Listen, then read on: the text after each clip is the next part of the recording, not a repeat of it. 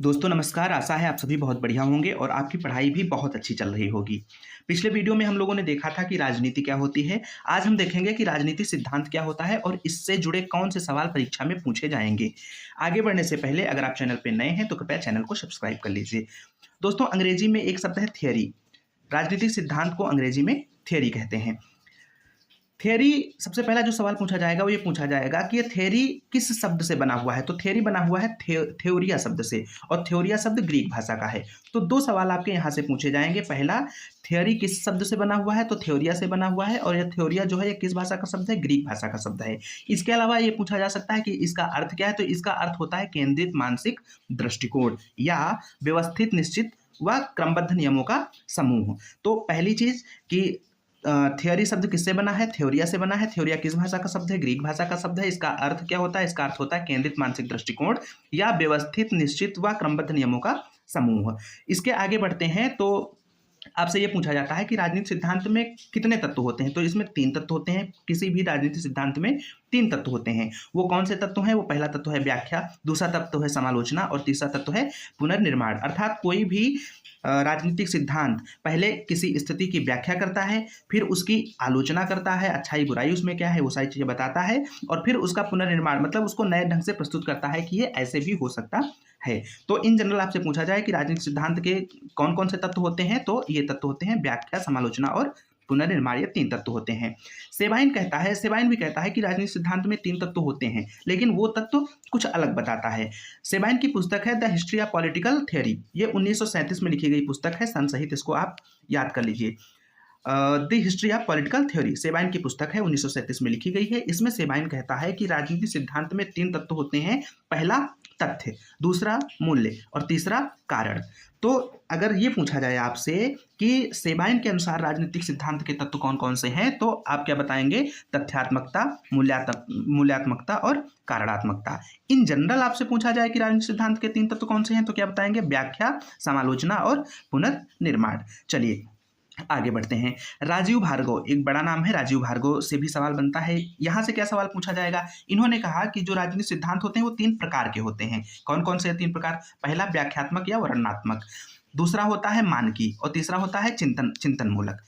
तो राजीव भार्गव बताते हैं कि राजनीतिक सिद्धांत जो होते हैं वो 3 प्रकार के होते हैं। पहला ऐसे राजनीतिक सिद्धांत जो किसी चीज़ की व्याख्या या वर्णन कर रहे होते हैं, दूसरे ऐसे जो मानक बता रहे होते हैं और तीसरे ऐसे जो चिंतन मूलक होते हैं। तो राजीव भार्गव के अनुसार राजनीतिक सिद्धांत के प्रकार कौन से हैं? व्याख्यात्मक या वर्णनात्मक राजनीतिक सिद्धांत, मानकीय सिद्धांत या चिंतन मूलक सिद्धांत।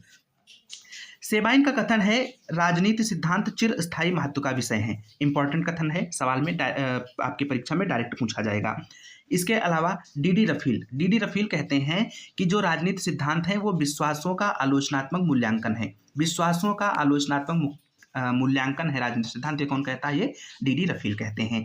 लियो स्ट्रास क्या कहते हैं? लियो स्ट्रास कहते हैं कि राजनीतिक सिद्धांत राजनीतिक मामलों को जानने का सच्चा प्रयास है। राजनीतिक मामलों को जानने का सच्चा प्रयास है राजनीतिक सिद्धांत। ये कौन कहता है? लियो स्ट्रास कहते हैं। राजीव भार्गव कहते हैं कि जो राजनीतिक सिद्धांत है वो शब्द आधारित व्यवस्थित चिंतन है। आपसे सवाल पूछा जाएगा कि कौन कहता है कि राजनीतिक सिद्धांत शब्द आधारित व्यवस्थित चिंतन है, तो वो कौन है? वो राजीव भार्गव है। राजीव भार्गव ऐसा कहते हैं। इसके आगे आप देखेंगे राजनीतिक भार्गव एक बात और कहते हैं, एक शब्द प्रयोग करते हैं, ग्रांड पॉलिटिकल थ्योरी। ये राजनीतिक सिद्धांत के लिए ग्रांड पॉलिटिकल थ्योरी शब्द प्रयोग करते हैं और सवाल पूछा जाएगा कि राजनीतिक सिद्धांतों के लिए ग्रांड पॉलिटिकल थ्योरी शब्द कौन प्रयोग करता है, तो उत्तर क्या होगा? राजीव भार्गव। एक तथ्य और यहाँ पे महत्वपूर्ण है, वो ये है कि राजनीतिक सिद्धांत को अन्वेषण की परंपरा कौन कहता है? दांते जर्मिनो। या ये पूछेगा कि दांते जर्मिनो के अनुसार राजनीतिक सिद्धांत क्या है, तो ऑप्शन में दिया होगा अन्वेषण की परंपरा, वही ऑप्शन आपका सही होगा। तो हमने देखा कि राजनीतिक सिद्धांत क्या है, कैसे बना, इसके तत्व क्या है और कुछ हमने स्टेटमेंट भी देखे जो इसके बारे में विभिन्न विचारकों ने व्यक्त किए हैं। अब इसके आगे बढ़ते हैं और देखते हैं कि राजनीतिक सिद्धांत के उपागम कौन कौन से हैं। तो सबसे पहले परंपरागत उपागम। परंपरागत उपागम में क्या है? जो परंपरागत उपागम के राजनीतिक सिद्धांत हैं उनमें आपको दर्शन देखने को मिलेगी। दर्शन मतलब फिलॉसफी, आदर्श या मानक उसमें देखने को मिलेंगे, उनमें मूल्य मिलेंगे, उनमें समालोचनाएं होंगी, उनमें पुनर्निर्माण की बात होगी, उनमें गुणात्मकता होगी, व्यक्तिनिष्ठता होगी, आत्मनिष्ठता होगी, सामाजिक परिवर्तन की बात करेंगे वो सिद्धांत, प्रयोजन मूलक होंगे अर्थात उनका कोई उद्देश्य होगा, निर्देशात्मक होंगे अर्थात वो निर्देश देंगे कि ऐसा करो या ऐसा ना करो, ये हमेशा चाहिए के संदर्भ में होते हैं अर्थात वो ये बताएंगे कि ये करना चाहिए या ये नहीं करना चाहिए। औपचारिक और कल्पनात्मक होते हैं, इनमें कल्पनाएं अधिक होती हैं, किनमें, परंपरागत सिद्धांतों में। ये सारे शब्द याद करने होंगे क्योंकि आपसे ऑप्शन में यही सारे शब्द देगा और पूछेगा कि परंपरागत राजनीतिक सिद्धांत के लक्षण कौन कौन से हैं। तो दर्शन, आदर्श, मानक, मूल्य, समालोचना, पुनर्निर्माण, गुणात्मकता, व्यक्तिनिष्ठता, आत्मनिष्ठता, सामाजिक परिवर्तन, प्रयोजन मूलक, निर्देशात्मक, चाहिए का भाव, औपचारिक व कल्पना, ये सारे किसके लक्षण हैं? ये सारे परंपरागत राजनीतिक सिद्धांतों के लक्षण हैं। अब परंपरागत राजनीतिक सिद्धांत हैं कौन कौन से? सबसे पहला है दार्शनिक उपागम, दूसरा है ऐतिहासिक उपागम, तीसरा है संस्थात्मक उपागम, चौथा है कानूनी या विधिक उपागम, पांचवा है तुलनात्मक उपागम। अब इनसे एक सवाल और पूछता है, विचारकों का नाम दे देगा और पूछेगा कि ये किस उपागम से संबंधित विचारक हैं। ठीक है, तो जैसे दार्शनिक उपागम तो लियो स्टार्स जो हैं ये दार्शनिक उपागम से संबंधित विचारक हैं, सेबाइन ऐतिहासिक उपागम से संबंधित विचारक हैं, लावेल और फाइनर संस्थात्मक उपागम जो है उससे संबंधित विचारक हैं, कानूनी या विधिक उपागम जो है इससे संबंधित है बोंदा, बेंथम और ऑस्टिन। तुलनात्मक उपागम से संबंधित विचारक हैं अरस्तु, मॉन्टेस्क्यू और लॉर्ड ब्राइस। आपने पिछले लेक्चर में देखा होगा कि लॉर्ड ब्राइस का एक महत्वपूर्ण कथन था तथ्य, तथ्य और तथ्य। तो ये हमारे हुए परंपरागत राजनीतिक सिद्धांत, जिसकी आपने विशेषताएं देखी कि इनकी विशेषताएं क्या होती हैं, इनके प्रकार आपने देखे और उन प्रकारों से संबंधित आपने विद्वानों के नाम देखे कि किस उपागम से कौन से विद्वान जुड़े हुए हैं। अब इसके आगे बढ़ते हैं और देखते हैं आधुनिक राजनीतिक सिद्धांत जो है, आधुनिक राजनीतिक सिद्धांत में क्या है। तो आधुनिक राजनीतिक सिद्धांत की सबसे पहले विशेषता क्या है? तो विशेषता यह है कि इनमें विज्ञान पर बल दिया जाता है, अनुभव, तथ्य, व्याख्या, वर्णन, मात्रा व परिणाम, ये मूल्य मुक्त होते हैं, वस्तुनिष्ठ होते हैं और ये ज्ञान के लिए ज्ञान होते हैं। ये शब्द आपको एग्जाम में देखने को मिलेगा, ज्ञान के लिए ज्ञान, या देखने को मिलेगा मानव व्यवहार की खोज, कैसा है पे ये बल देते हैं। जैसे परंपरागत सिद्धांत कहते थे कि चाहिए पे बल, कि कैसा होना चाहिए, ये किस पे बल कर देते हैं? ये बल देते हैं कैसा है पर, कि कोई चीज़ कैसी है, ये नहीं बताते हैं कि कैसा होना चाहिए, ये अनौपचारिक होते हैं। तो आधुनिक राजनीतिक सिद्धांत जो हैं इनकी जो विशेषता है वो ये है विज्ञान, अनुभव, तथ्य, व्याख्या, वर्णनात्मक, मात्रा व परिणाम, मूल्य मुक्त होना, वस्तुनिष्ठ होना, ज्ञान के लिए ज्ञान, मानव व्यवहार की खोज, कैसा है पर बल और अनौपचारिक, ये विशेषताएं हैं आधुनिक राजनीतिक सिद्धांत की। अब देखते हैं आधुनिक राजनीतिक सिद्धांत के प्रकार कौन से हैं, कौन कौन से सिद्धांत आधुनिक राजनीतिक सिद्धांत हैं। तो अंतः विषयक उपागम आधुनिक राजनीतिक सिद्धांत है, व्यवहारवादी उपागम, व्यवस्थावादी उपागम, संरचनात्मक प्राकार्यात्मक उपागम, संचार उपागम, मनोवैज्ञानिक उपागम, आर्थिक उपागम, ये सारे उपागम आधुनिक राजनीतिक सिद्धांत हैं।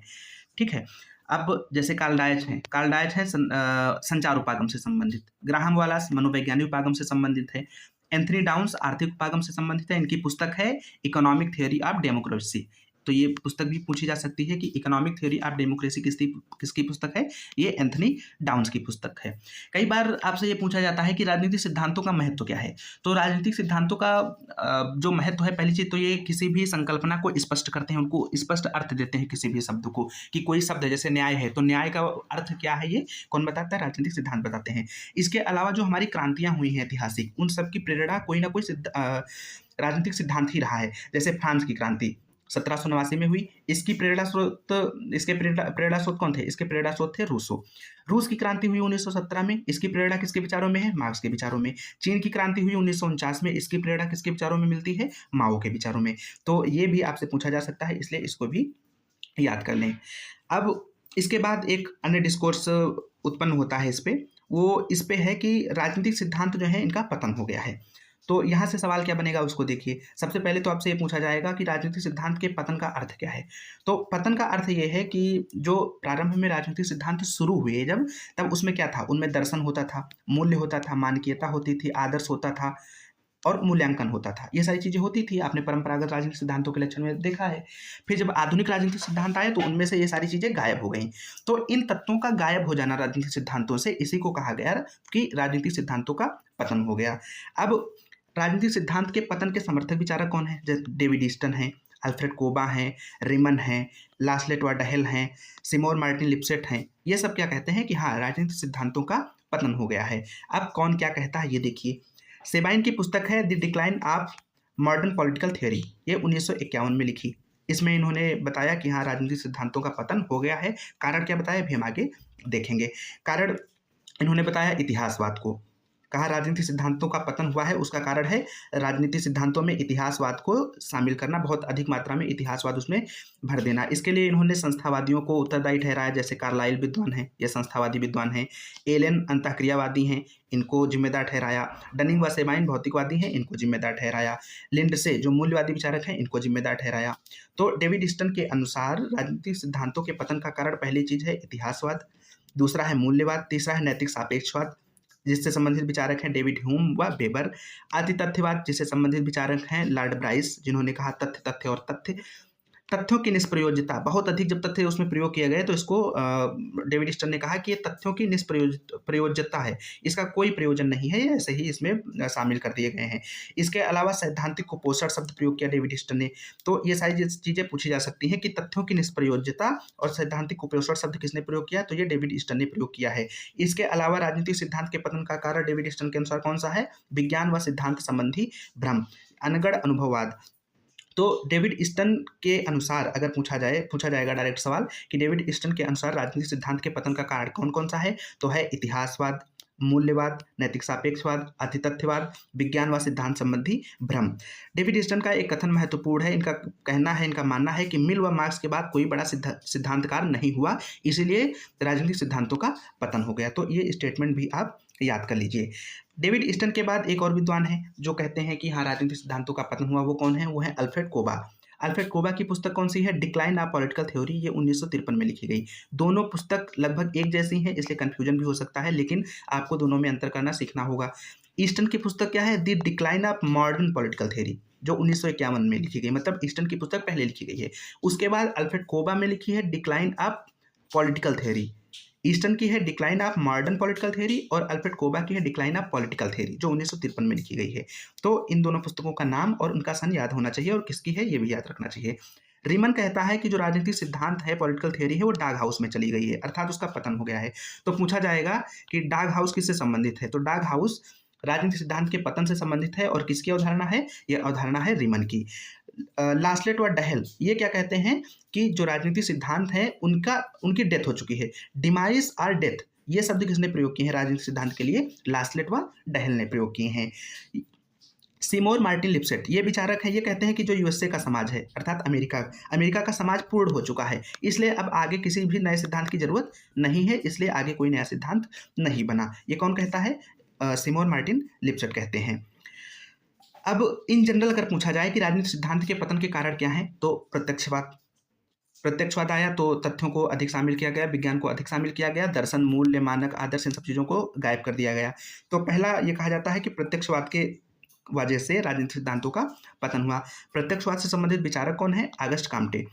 नवतार्किक प्रत्यक्षवाद जिससे संबंधित विचारक हैं मैक्स वेबर और वियना सर्किल के जो भी विचारक हैं। भाषा शास्त्री दर्शन जिससे संबंधित विचारक हैं लुडविग विटजेनस्टाइन। ये पूछा जाएगा एग्जाम में मिलान करने को कि भाषा शास्त्रीय दर्शन किससे संबंधित है, तो वो लुडविग से संबंधित है। व्यवहारवाद की वजह से भी राजनीतिक सिद्धांत का पतन हुआ। व्यवहारवाद से संबंधित विचारक कौन से हैं, शिकागो विश्वविद्यालय से जुड़े हुए विचारक। तो ये है राजनीतिक सिद्धांत के पतन का डिस्कोर्स, कि राजनीतिक सिद्धांतों का पतन का अर्थ क्या है, पतन किस कारण से हुआ, और कौन कौन से विद्वान इसके समर्थन में हैं और कौन कौन से विद्वान इसके समर्थन में नहीं है, ये हम आगे देखेंगे। तो ये हमने देखा डेविड ईस्टन के अनुसार क्या कारण है राजनीतिक सिद्धांतों के पतन के। अब देखेंगे अल्फ्रेड कोबा के अनुसार। अल्फ्रेड कोबा दो कारण बताते हैं, आंतरिक कारण अर्थात विषय दुर्बल हो गया, इस वजह से राजनीतिक सिद्धांतों का पतन हो गया।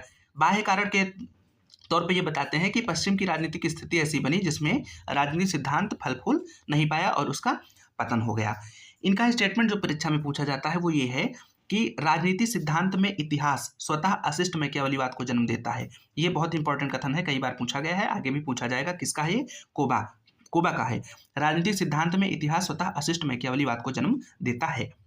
दांते जर्मिनो ये बहुत इंपॉर्टेंट है। दांते जर्मिनो कहते हैं कि राजनीतिक सिद्धांतों के पतन का कारण विचारधारा है। आइडियोलॉजी को राजनीतिक सिद्धांतों के पतन का कारण कौन मानता है, ये दांते जर्मिनो मानते हैं, बहुत इंपॉर्टेंट है, पूछा जाएगा। इनकी पुस्तक है beyond ideology the revival of political theory. ये पुस्तक किसकी है? दांते जर्मिनो की है, पूछी जाएगी। ये पुस्तक प्रकाशित कब हुई? प्रकाशित हुई 1967 में। तो पुस्तक का नाम, उनके लेखक का नाम और सन तथा इसमें क्या लिखा गया है वो आप लोगों को याद होना चाहिए। तो पुस्तक है beyond ideology the revival of political theory, 1967 में दांते जर्मिनो ने लिखी। इसमें इन्होंने विचारधारात्मक अवसानवाद की बात करी है। विचारधारात्मक अवसानवाद का अर्थ ये है कि राजनीतिक सिद्धांतों का पतन जो हुआ है वो विचारधारा के कारण हुआ है।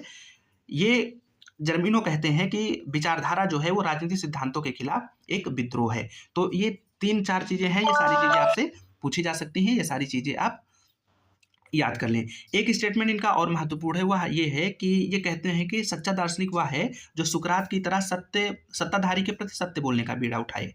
तो सुकरात की तरह सत्ताधारी के प्रति सत्य बोलने का बीड़ा जो उठाए वो दार्शनिक है, ऐसा कौन कहता है? जर्मिनो। कैसे आप इसको याद करेंगे?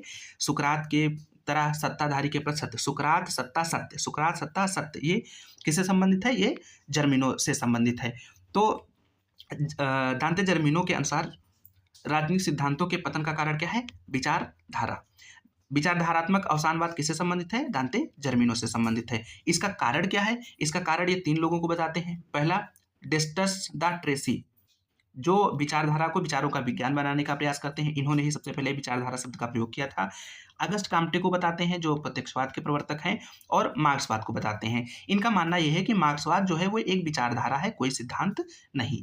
तो ये बात हुई कि राजनीतिक सिद्धांत के पतन का अर्थ क्या है, उससे संबंधित विचारक कौन से हैं। अब इसके बाद देखते हैं कि क्या सभी लोग यही मानते हैं कि राजनीतिक सिद्धांत का पतन हुआ, या कुछ लोग इसका समर्थन करते हैं कि नहीं, इनका उत्थान भी हुआ है। तो ऐसा भी कुछ लोग मानते हैं कि नहीं, राजनीतिक सिद्धांत का पतन तो हुआ था लेकिन अब फिर से राजनीतिक सिद्धांतों का उत्थान हो गया है। तो ऐसा कौन से लोग मानते हैं? तो जर्मिनो भी ऐसा मानते हैं, लियो स्ट्रास भी मानते हैं, और इजाया बर्लिन भी मानते हैं, मेरियम यंग भी मानते हैं। अब इसमें से जो फैक्ट पूछा जाएगा वो क्या पूछा जाएगा? सबसे पहले ये पूछा जाएगा कि राजनीतिक सिद्धांत के पुनरुत्थान के समर्थक विचारक कौन कौन से हैं? तो जर्मिनो हैं, लियो स्ट्रास हैं, इजाया बर्लिन है, मेरियम यंग हैं। और इसके बाद क्या पूछा जाएगा? इसके बाद ये पूछा जा सकता है कि एक आर्टिकल है, डज पॉलिटिकल थियरी एग्जिस्ट, ये आर्टिकल है इजाया बर्लिन का। तो इस आर्टिकल को पूछा जा सकता है कि ये किससे संबंधित है, इसको याद कर लें। जो चार्ल्स मेरियम यंग है, ये कहती हैं कि जो जॉन रॉल्स की पुस्तक है थियरी ऑफ जस्टिस, जो कि 1971 में लिखी गई, ये राजनीतिक सिद्धांत के पुनरुत्थान का प्रतीक है। तो ये बहुत इंपॉर्टेंट है, वेरी इंपॉर्टेंट। यहाँ से सवाल बहुत बार बनता है कि मेरियम यंग के अनुसार राजनीतिक सिद्धांत के पुनरुत्थान का प्रतीक कौन सी रचना है? तो वो रचना कौन सी है? वो रचना है थ्योरी ऑफ जस्टिस, 1971 में लिखी गई। किसकी है? जॉन रॉल्स की। जॉन रॉल्स की पुस्तक थ्योरी ऑफ जस्टिस को आइरिस मेरियम यंग बताती हैं कि ये राजनीतिक सिद्धांत के पुनरुत्थान का प्रतीक है। दांते जर्मिनो कहते हैं कि लियो स्ट्रास, माइकल ऑक्सार्ट, एरिक वाइगलिन और जुबेनल, ये जो विचारक हैं, इन्होंने मिलकर के राजनीतिक सिद्धांत को फिर से स्थापित किया है। तो ये भी पूछ सकता है कि दांते जर्मिनो के अनुसार राजनीतिक सिद्धांत का पुनरुत्थान किन विचारकों ने किया? तो वो विचारक हैं लियो स्ट्रास, माइकल ऑक्सार्ट, एरिक वाइगलिन और जुबेनल। डहेल जो है, डहेल इन सभी विचारों को कहता है परानुभववादी।